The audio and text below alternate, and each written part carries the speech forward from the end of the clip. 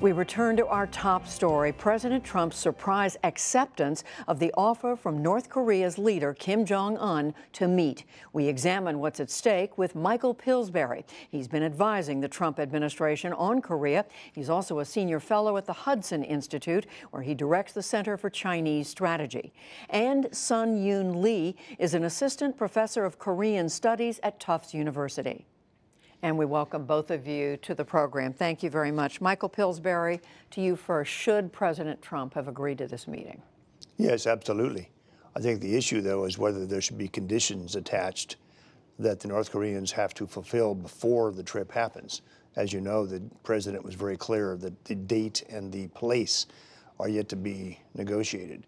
So his agreement to the meeting is subject to quite a few other decisions being made. But overall, this is really a chance for him to become a great president in foreign policy. I wouldn't rule out the Nobel Peace Prize and all kinds of breakthroughs, but we're in the very first phase of this today. Sun-Yoon Lee, should the president have done this? Well, how to ascertain, how to understand Kim Jong-un's sudden dramatic outreach as of New Year's Day? Most likely he didn't wake up on New Year's Day and had a moment of epiphany and decided he's going to be a nice guy heretofore. More likely is the fact that Kim does feel the pinch from meaningful sanctions enforcement built up over the past year. But more likely than that, this was all premeditated, pre-planned. It's certainly not unprecedented. Kim is taking a page out of his daddy's playbook from the year 2000. That's true. That year in June, Kim Jong-il held the first ever inter-Korean summit with the South Korean president, who we found out later had paid Kim Jong-il $500 million for the privilege of making that pilgrimage to Pyongyang. And then after having softened up South Korea, he turned to the United States and sent, and this was unprecedented, a special envoy to the U.S. president. So Vice Marshal Cho, the highest-ranking military man next only to Kim, visited Washington in early October, conveying the message of invitation to President Kim from his boss. And Clinton was amenable to actually making the visit. He was keen on it and sent his Secretary of State, Madeleine Albright, and there she was 3 weeks later toasting Kim Jong-il.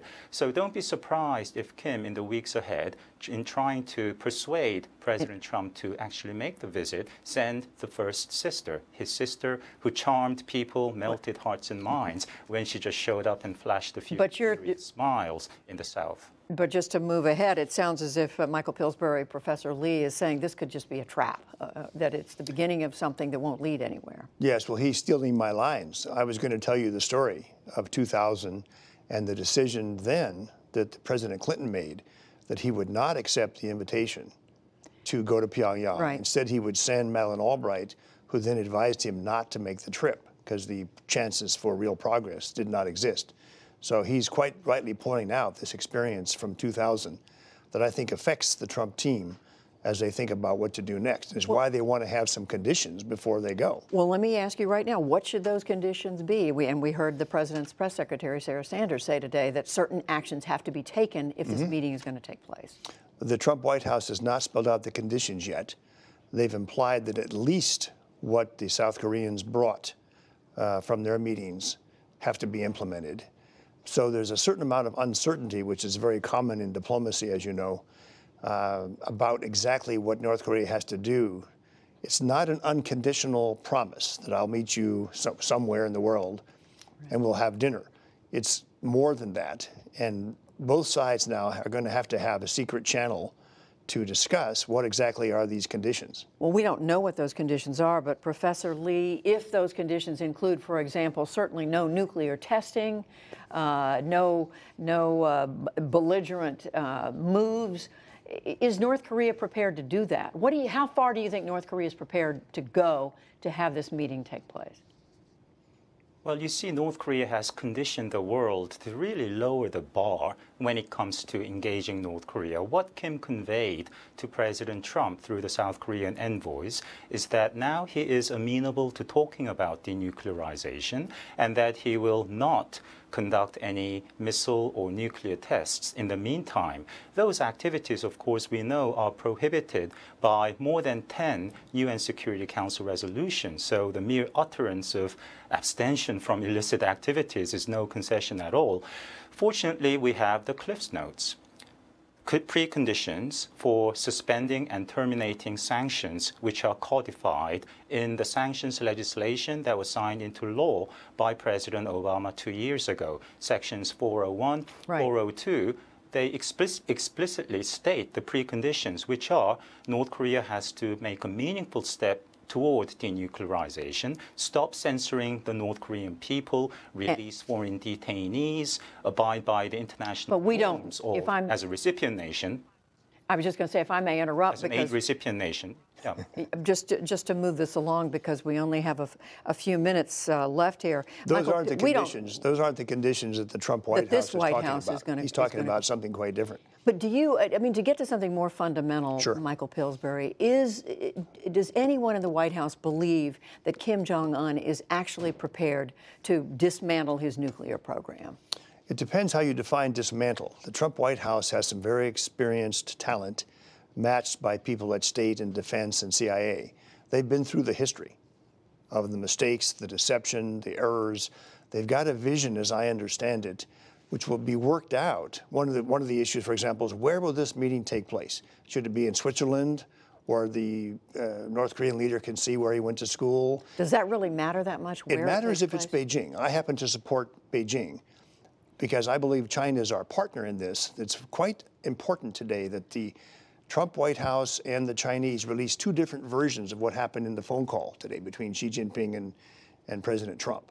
The Chinese view is that they are irreplaceable, they're part of this. I get the impression they'd be happy to host the summit in Beijing and then help us with implementation.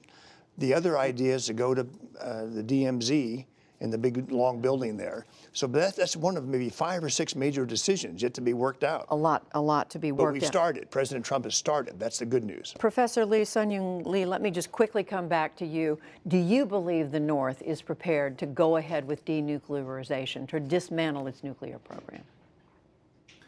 Well, in the history of denuclearization, only 4 nations that possess nuclear weapons have bargained them away. And in each of those instances, following a regime change, a new leader. The former Soviet republics, Kazakhstan, Ukraine, and Belarus in the early 90s bargained them away. So did South Africa when it ended its oppressive, systematic racial repression. No. South Africa did not bargain them away. South Africa gave them away unilaterally. Well, that's closer to the North Korean model that we're hoping due to for. Sanctions enforcement and a lot of international pressure.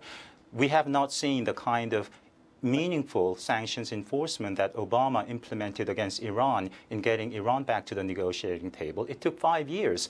Billions of dollars in fines were levied against friendly nations, the biggest bank in France. But nothing on that scale has been tried against China's state-owned enterprises and banks. Professor Lee, I think your point is that it's difficult, that the example North Korea sees is that it doesn't necessarily pay to dismantle one's nuclear program. Much more to talk about here. We are one sentence of good news. Xi and Trump agreed today the sanctions remain in place up to the meeting. So there's no purchase of this meeting. China sanctions and other sanctions remain in place. Much more to talk about. We are going to be coming back to this a lot between now and the time that this meeting may or may not take place. Michael Pillsbury here, Professor Sun-Young Lee, thank you very much.